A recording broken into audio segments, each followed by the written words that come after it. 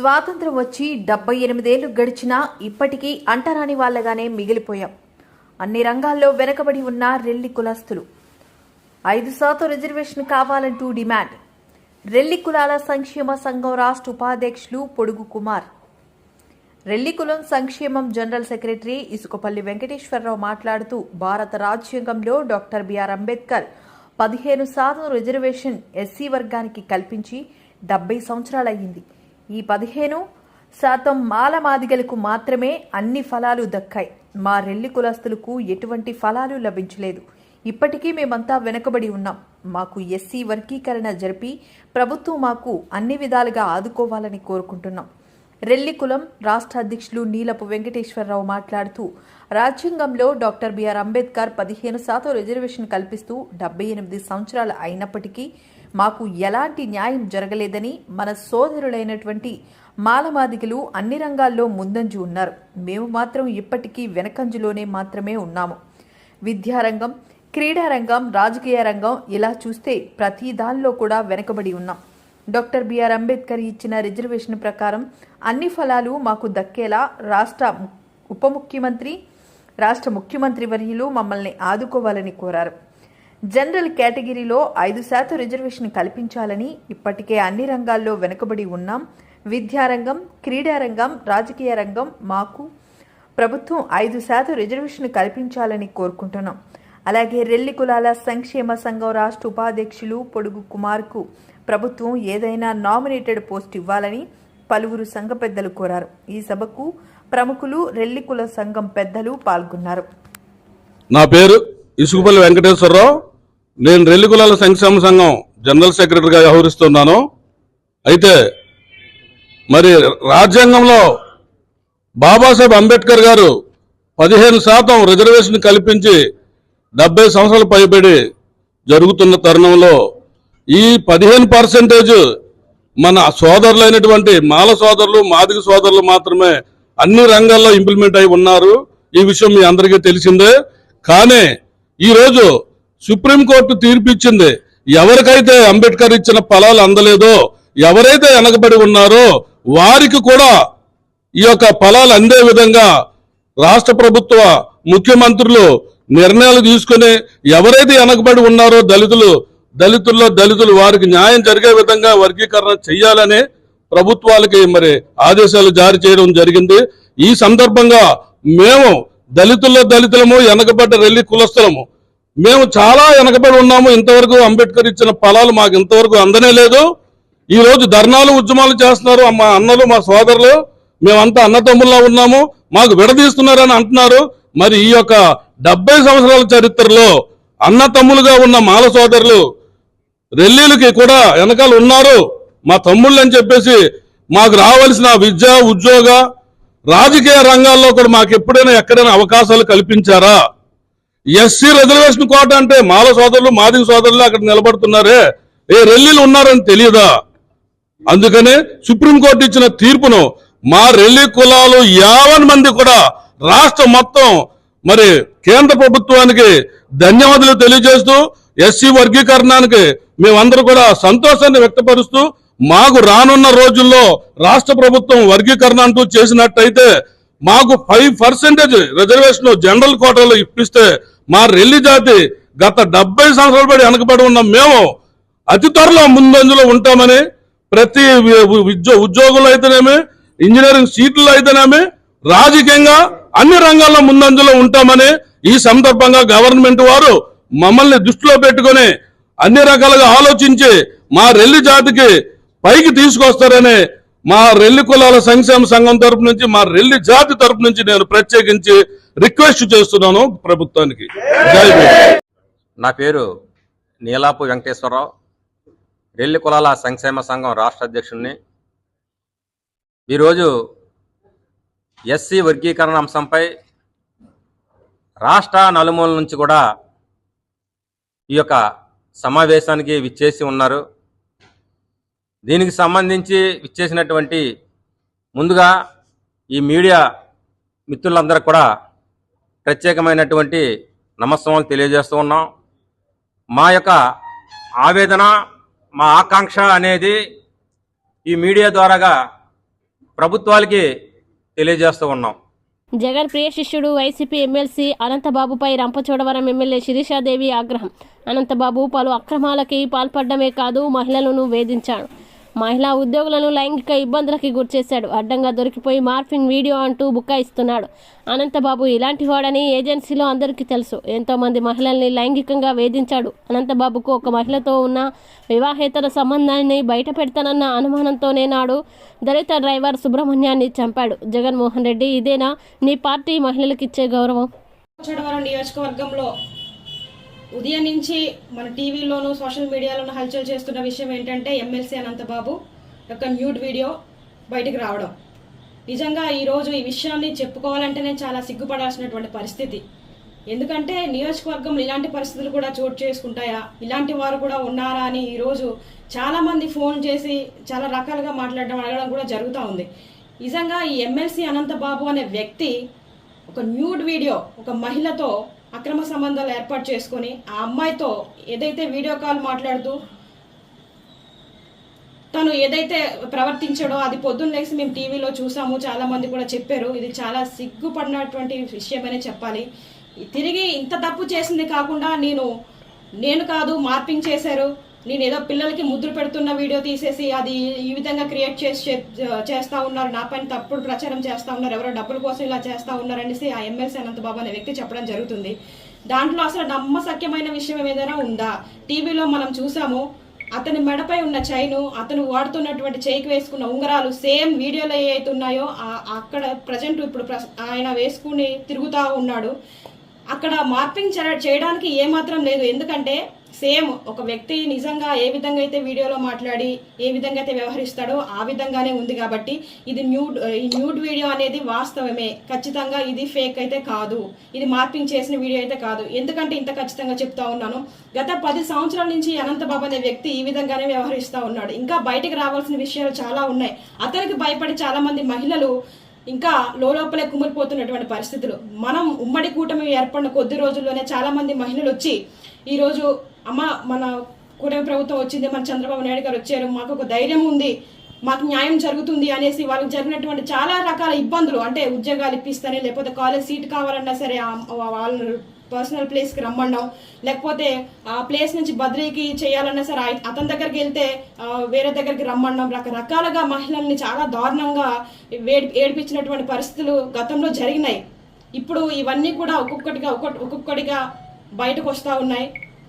నేను ఒకటే అడుగుతా ఉన్నా, జగన్మోహన్ రెడ్డి నిజంగా నీ పార్టీ మహిళలకి ఇచ్చేటువంటి విలువ ఇదేనా అని అడుగుతా ఉన్నాను. ఎందుకంటే మొన్న ఒక ఎమ్మెల్సీ భార్య పిల్లలు ఉన్నారు, ఎదిగిన కూతుర్లు ఉన్నారు, పెళ్లి చేసిన వయసులో ఇంకో మహిళతో ఎఫ్ఐఆర్ పెట్టుకొని భార్య పిల్లలను వద్దంటున్నాడు. అలాగే ఎమ్మెల్యేలు, ఎంపీలు, ఇలాగ వైసీపీలో పార్టీలో ఉన్నటువంటి ప్రతి ఒక్క నాయకుడు ఇదే పరిస్థితిలో ఉన్నాడు. ఇప్పుడు ఎమ్మెల్సీ అనంతబాబు, ఈయన కోసం ఆల్రెడీ మనకు తెలుసు. ఇప్పుడు నువ్వేం చేస్తావు జగన్మోహన్ రెడ్డి? ఈ యొక్క ఎమ్మెల్సీ అనంతబాబుకు నువ్వు శిక్ష వేయిస్తావా, లేదంటే మొన్న డోర్ డెలివరీ చేసిన తర్వాత 5 నెలల్లో బయటకు తీసుకొచ్చేవే అలాగే వ్యవహరిస్తావా? నువ్వు మహిళలకు ఏమాత్రం గౌరవిస్తావు అనేది ఇప్పుడు బయటపడుతుంది.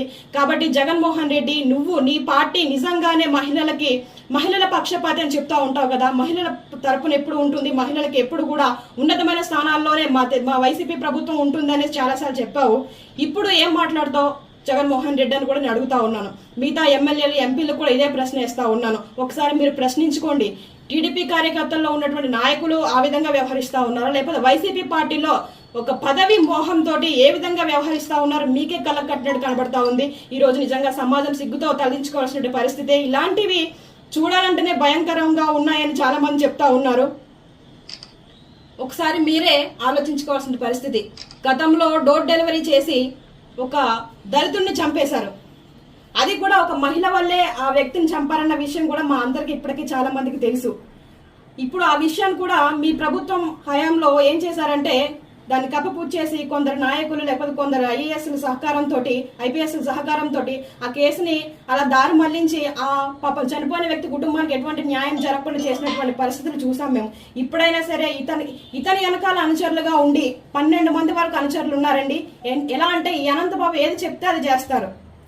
పలానా దగ్గరికి వెళ్ళి డబ్బులు తీసుకోరండి అంటే వాళ్ళు వెళ్ళి తీసుకొస్తారు. ఇతను వెళ్ళాడు ప్రత్యక్షంగా. పరోక్షంగా అతని యొక్క అనుసరణ ఇలాగా మన రంపచోడవరం నియోజకవర్గం ఇంచుమించుగా 12 మంది వ్యక్తులు ఉన్నారు. వాళ్ళ పేర్లు కూడా నా దగ్గర ఉన్నాయి. ఏదైతే ఈ దళితుడు చంపేసినటువంటి కేసు ఉందో అందులో ఆ కాకినాడ బీచ్ లో 12 మంది వరకు కూడి ఆ అబ్బాయిని చాలా చిత్రహింసలు పెట్టి ఆ ఇసుకలో తొక్కేసి అంత దారుణంగా చంపినప్పటికీ కేవలం ఒక వ్యక్తి పైన కేసు నమోదు చేశారు. ఎంత తప్పండి అది? ఎందుకలా చేశారు? ఒక్క వ్యక్తి చంపగలడా? కారులోన అప్పటికే వీడియోలు ఉన్నాయి. అది కూడా ఆ వీడియో రికార్డింగ్ లో ఒక మహిళ కూడా ఉంది. ఆ మహిళ ఎవరు? ఆ మహిళతో అక్రమ సంబంధం ఏర్పాటు చేసుకున్నటువంటి అనంతబాబు ఈ విషయం ఈ యొక్క డ్రైవర్ కి తెలిసింది. ఎక్కడ ఇతను బయటకు చెప్పేస్తాడో, మీడియా వాళ్ళకి చెప్పేస్తే నా పరువు పోతుందనే ఒక ఉద్దేశంతో ఆ వ్యక్తిని తీసుకెళ్లి ఆ సుబ్రహ్మణ్యం తీసుకెళ్లి కాకినాడలో చంపేసినటువంటి పరిస్థితి. ఇప్పుడు ఈ వ్యక్తుల పేర్లు కూడా బయట పెడతా ఉన్నాను. త్వరలోనే ఈ యొక్క డోర్ డెలివరీ చేసినటువంటి ఈ సుబ్రహ్మణ్యం కేసులో కూడా సిబిఎం ఎంక్వైరీ వేసేసి త్వరగా ఎంక్వైరీ చేసి ఇతను ఖచ్చితంగా శిక్ష పడాలని మనస్ఫూర్తిగా కోరుకుంటా ఉన్నాను. అంతేకాదు ఇతను ఇప్పుడు ఈ వీడియో బయటకు వచ్చిందనే కాదండి, రంపచోడవరం నియోజకవర్గంలో ఇతను చేసినటువంటి మాదాపూర్లో సినీ నటుడు అక్కినేని నాగార్జునకి చెందిన ఎన్ కన్వెన్షన్ కూల్చివేతని స్వాగతిస్తున్నామని సిపిఐ జాతీయ కార్యదర్శి నారాయణ తెలిపారు.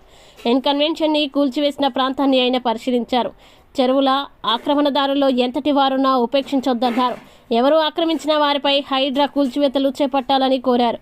అక్రమ కట్టడాలకి అనుమతులు ఇచ్చిన వారిపైన చర్యలు తీసుకోవాలని డిమాండ్ చేశారు. బారాస నేతలు మల్లారెడ్డి, పల్లా రాజేశ్వరరెడ్డి చెరువుల్లో కాలేజీలు కట్టారని ఆరోపించారు. కానీ మొత్తం సైలెంట్ అయిపోయింది. అప్పటి నుంచి హాయిగా నడిపించుకుంటున్నాడు. మన రేవంత్ రెడ్డి వచ్చి దీని మీద కన్నేసాడు, ఇది కూల్చేసాడు. మనం స్వాగతిస్తున్నాం. ఇది మరీ అన్యాయమైనటువంటి దురాక్రమంతో కూడుకున్నటువంటి పబ్లిక్ ప్రాపర్టీని డ్యూటీ చేసినటువంటి సంస్థగా మారింది. దీన్ని కూల్చేయడం మంచిదే. ఆయన పాపులర్ సినిమా యాక్టర్ కావచ్చు. పాపులర్ సినిమా యాక్టర్ ఆయనకు చాలా డబ్బులు ఉన్నాయి. సినిమాలు యాక్ట్ చేసి ఇంకా డబ్బులు ఎక్కువ వస్తాయి. అందులో బిగ్ బాస్ యాక్ట్ చేస్తున్నాడు. బిగ్ బాస్ చాలా డబ్బులు. ఇదంతా ఒక లెక్క కాదు. ఇట్లాంటి 10 పోయినా బిగ్ బాస్ డబ్బులు వచ్చేస్తాయి వాళ్ళకి. ఎందుకు ఇంకా అంత కక్కుర్తి ఎందుకని? అదేమంటే ఎఫ్టీఎల్ లోపల కానీ ఉంటే నేనే కూల్చేస్తానని పగలగలుగుతున్నాడు. అది సినిమాలో డైలాగ్ పలుకోండి. ఒకటే కూర్చొని 100 మంది కొట్టేస్తానంటే కొట్టేస్తుంటారు, వాళ్ళు పడిపోతుంటారు పాపం.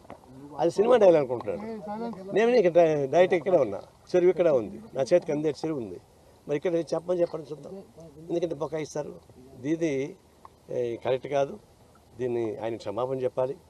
ఇంకా ఆయన కాంపన్సేషన్ కట్టాలి. ఎన్నేళ్ళు దీన్ని అనుభవించాడో, రోజుకి ఎంత వచ్చిందో లెక్కేసి ఆ డబ్బులు మొత్తం ఆయన దగ్గర కక్కించాలి. ఆ కక్కించి పేదవాళ్ళకి ఇల్లు కట్టించండి ఆ డబ్బులతో, మీకేం పర్వాలేదు. ఇది దీంతో పాటు ఇంకా టౌన్లో సిటీలు చాలా వస్తున్నాయి. ఇప్పుడు మల్లారెడ్డి చాలా భూ మాఫియా. ఆయన చెరువులు ఇదని చెరువు సగం కనిపిస్తూ ఉంది. చెరువు కనపడి కూడా మొత్తం ఆక్రమించి నేను కలిసి కట్టేశాడు. అట్లా ఇంకొక పల్లా రాజేశ్వరరెడ్డి ఆయన అట్లాగే చేశాడు. అంటే ఎంత అంటే చాలా ప్రతివత్సాగా మాట్లాడుతున్నారు. మేమేమి తప్పే చేయలేదు, తప్పంతా గవర్నమెంటే చేస్తామని చెప్తున్నారు. వాళ్ళేమో చెరువులు ఇల్లు కట్టుకున్నారు, వ్యాపార సంస్థ పెట్టుకున్నారు, కాలేజీ పెట్టుకున్నారు, ఫంక్షన్ హాల్స్ పెట్టుకున్నారు. మేము చాలా శుద్ధ హరిచంద్ర అని చెప్పి చెప్తా ఉంటారు. ఇది ఎట్లా మాట నాకు అర్థం కాలే. దీన్ని మేము పొలిటిలైజ్ చేయదలుచుకోలే. వాళ్ళు పొలిటిలైజ్ చేస్తున్నారు, మేము పొలిటిలైజ్ చేయదలుచుకోలే. వాస్తవానికి హైదరాబాద్ చుట్టుపక్కల ఉన్నటువంటివి మొత్తం తీసేసి తప్ప సాధ్యం కాదు. ఒకటి. రెండవది ఏంటంటే ఇప్పుడు వికారాబాద్ నుంచి ఇబ్రహీంపట్నం దాకా నాలా ఉంది. నాలా ఫిరంగి నాలా అక్కడి నుంచి ఒకటి ఉంది, మూసినా. మేము ఆడ మొత్తం పాదయాత్ర చేసాం 15 ఏళ్ల క్రితం. ఆ నాలాలు మొత్తం ఆకుపై అయిపోయినాయి. అందువల్ల ఏమైంది, ఆ వికారాబాద్ నుంచి నీళ్లు ఇబ్రహీంపట్నంలో పడాలా, కానీ మొత్తం కాలు పూజ చేశారు, ఇల్లు కట్టుకునేశారు. అవన్నీ మేము నిరూపించి దాని ద్వారా కోల్పోలేదు. అందువల్ల వాటర్ ప్లాంట్స్ సంబంధించి, చెరువులకు సంబంధించి, వాటర్ కాలువలకు సంబంధించి ఇవన్నీ ఇట్లా కబ్జా అయిపోతుంటే అప్పుడు వర్షం పడితే ఏమవుతుంది, అవి ఊళ్ళ మీదకి వచ్చి పడుతున్నాయి. ఇప్పుడు ఒక 10 వర్షం పడితే కూడా వచ్చి ఊళ్ళో నిలబడుతున్నట్టు అర్థం. ఈ కాలువలు, దానికి తగిన గుంటలు, చెరువులు పూర్తి చేసినందువలన ఆ వర్షానికి ఏం తెలుసు పాపం, ఎక్కడ పల్లెడు అడిగిపోతాయి, వచ్చి ఊరి మీద పడుతున్నాయి. ఒక అరగంట వర్షం పడితే 10 గంటలు జామ్ అయిపోతా ఉన్నాయి హైదరాబాద్ సిటీలో. దీనికి కారణం కూడా ఇట్లాంటివి. అందుకే ఇవన్నీ ఇది ఒకటి కాదు, ఆరంభం సూరతం కాదు. హైదరాబాద్లో ఇట్లాంటివన్నీ కూడా మొత్తం ఖాళీ చేయించమని, అట్లా ఖాళీ చేయిస్తే కమ్యూనిస్ట్ పార్టీగా మేము సపోర్ట్ చేస్తామని చెప్తున్నాం. రెండవది ఏంటంటే అది హైదరాబాద్ చుట్టూ ఉన్నటువంటి నలాలు కానీ, చెరువులు కానీ, గుంటలు కానీ మొత్తం దాన్ని వెకేట్ చేయాల్సిందే. చేస్తే కాలుష్యం నుంచి బయటపడడానికి అవకాశం ఉంటుంది, వాటర్ లెవెల్ పెరుగుతుంది, తర్వాత ఆక్సిజన్ వచ్చే అవకాశం ఉంటుంది. రెండవది ఏంటంటే కొన్ని ఇండ్లు పడగొట్టడానికి చేస్తున్నారు. ఇక్కడ మాకు ఒక అభ్యంతరం ఉంది. కొంతమంది ఈ నోటరీ సంతకం పెట్టి నోటరీ ద్వారా 4 సెంట్లు 5 సెంట్లు అమ్మేశారు. కొన్ని వాళ్ళు ఏం చేశారు, ఇల్లు కట్టుకున్నారు. ఇల్లు కట్టుకుంటే ఇప్పుడు ఆ నోటరీ వాడు అడబోయాడు, ఆ భూమి గవర్నమెంట్ది, ఎవరో కట్టుకున్నారు, ఇప్పుడు పోయి దాన్ని కొట్టడానికి ప్రయత్నిస్తున్నారు. అట్లా కొట్టేది కూడా మేము చెప్పేది ఏంటంటే అట్లా ఆక్యుపై చేసిన వాళ్ళని అంటే ఆక్యుపై చేసిన కాదు, మధ్య తరగతి పేదవాళ్ళు ఏమైనా ఇల్లు కట్టుకుంటే వాళ్ళకి ప్రత్యామ్నాయంగా స్థలం చూపించని. రాష్ట్రంలో ఏ ఒక్క పంచాయతీ తప్పిపోకుండా గ్రామ సభలు నిర్వహించడం ఒక చరిత్ర అని పెందుర్తి ఎమ్మెల్యే పంచకర్ల రమేష్ బాబు అన్నారు. ఆదివారం మీడియాతో మాట్లాడుతూ డిప్యూటీ సీఎం 5 సంవత్సరాలు పూర్తయ్యేసరికి ఏ పంచాయతీలోని వర్క్ బ్యాలెన్స్ లేకుండా ఉండాలని తప్పిస్తున్నారని పెందుర్తి ఎమ్మెల్యే అన్నారు. మొన్న పంచాయతీరాజ్ ఆర్డబ్ల్యూఎస్ శాఖ మంత్రులు డిప్యూటీ సీఎం పవన్ కళ్యాణ్ గారి ఆలోచనతో గౌరవ ముఖ్యమంత్రి నారా చంద్రబాబు నాయుడు గారు ఆదేశాల మేరకు రాష్ట్ర వ్యాప్తంగా దగ్గర 13,000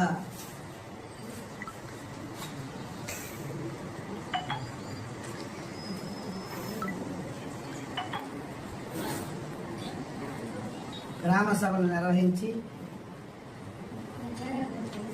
ఇది ఒక చరిత్ర. దేశంలోనే ఎప్పుడు కూడా రాష్ట్ర వ్యాప్తంగా ఒక్క పంచాయతీ కూడా మిస్ అవ్వకుండా గ్రామ సభలు పెట్టి ముఖ్యమంత్రి, డిప్యూటీ ముఖ్యమంత్రి కూడా దాంట్లో పాల్గొని 175 నియోజకవర్గాల్లో కూడా మంత్రులు, ఎంపీలు, ఎమ్మెల్యేలు, ఇన్ఛార్జీలు అందరూ పాల్గొని పార్టీలకు అతీతంగా మహాత్మా గాంధీ కలలు కనుక గ్రామ స్వరాజ్యం రావాలి అన్న తపనతో చేపట్టిన ఈ కార్యక్రమంలో ముఖ్యమంత్రి గారు, డిప్యూటీ సీఎం పవన్ కళ్యాణ్ గారు ఆదేశాల మేరకు ఏదైతే డిప్యూటీ సీఎం గారు ఆయన శాఖకు సంబంధించి పిలుపునిచ్చారో అన్ని వర్కులు కూడా ఎస్టిమేట్ చేసి అన్నీ కూడా అంటే 5 సంవత్సరాల కాలం పూర్తయ్యేసరికి పంచాయతీలు ఒక్క పని కూడా మిగలకుండా పార్టీలకి, కులాలకి, మతాలకి, వర్గాలకి అతీతంగా ఆర్డబ్ల్యూఎస్ వర్కులు కానీ, ఎన్ఆర్జీఎస్ కాంపోనెంట్ వర్కులు కానీ, పంచాయతీరాజ్ శాఖలో వచ్చే రోడ్లు కానీ, ఇరిగేషన్ వర్కులు కానీ అన్నీ కూడా అదే రోజు తీర్మానాలు చేయించి, ఆ రోజు ఎవరైనా ప్రిపేర్ అయ్యకపోతే నెక్స్ట్ డే తీర్మానాలు చేయించి దగ్గర ఒక్కొక్క నియోజకవర్గానికి 600, 700, 1000 కోట్లు ఎస్టిమేషన్లు అదే రోజు, ఆ మరుసటి రోజు డిప్యూటీ సీఎం గారికి చేరే విధంగా ఆదేశాలు ఇవ్వటం, దాన్ని తూచా తప్పకుండా రాష్ట్ర వ్యాప్తంగా అమలు జరగటం జరిగింది. మన నియోజకవర్గానికి వచ్చేసరికి పెందుర్తి 15, సబ్బవరం 24, పరవాడ 15 పంచాయతీలు, మొత్తం 54లో 54 పంచాయతీలు కూడా గ్రామ సభలు జరిగాయి. ఆ రోజు మేమందరం కూడా పాల్గొన్నాం. మరి రమారవి 363 కోట్ల 39 లక్షలు ఎస్టిమేషన్స్ మన పంచాయతీకి తక్కువ అర్బన్ పార్ట్స్ ఉండటం వల్ల పూర్తిగా రూరల్ బేస్డ్ ఉన్న నియోజకవర్గాలు చోడవరం, మాడుగుల, నర్సీపట్నం ఇలాంటి నియోజకవర్గాలు, పాయకరావుపేట ఇలాంటి నియోజకవర్గాలు అయితే 700, 600, 1000 కోట్లు కూడా వర్కులు వచ్చాయి. 363 కోట్ల 39 లక్షల రూపాయలు ఎస్టిమేషన్స్ వేసి పవన్ కళ్యాణ్ గారికి పంపించడం జరిగింది. మనస్ఫూర్తిగా పవన్ కళ్యాణ్ గారికి, ఉప ముఖ్యమంత్రికి, ముఖ్యమంత్రి గారికి ధన్యవాదాలు తెలియజేస్తా ఉన్నాం. ముఖ్యమంత్రి గారు ఈ రాష్ట్రం పట్ల ఆయనకున్న విజన్కి, పవన్ కళ్యాణ్ గారు ఈ శాఖకు మంత్రి అయిన తర్వాత ఒక చెయ్యాలన్న ఒక గ్లామర్ తోడే 5 సంవత్సరాలు తిరిగేసరికి పంచాయతీలన్నీ కూడా ఏ ఒక్క పని మిగలకూడదని వారు చూపిస్తున్న తపనకి, ఆయన పడుతున్న ఆవేదనకి ఎన్ఆర్జీఎస్లో కూడా మొన్న ఆయన మాట్లాడుతూ చెప్పారు ఎంత ఫండ్ బైపాస్ అయ్యింది, ఎంత మిస్యూజ్ అయ్యింది,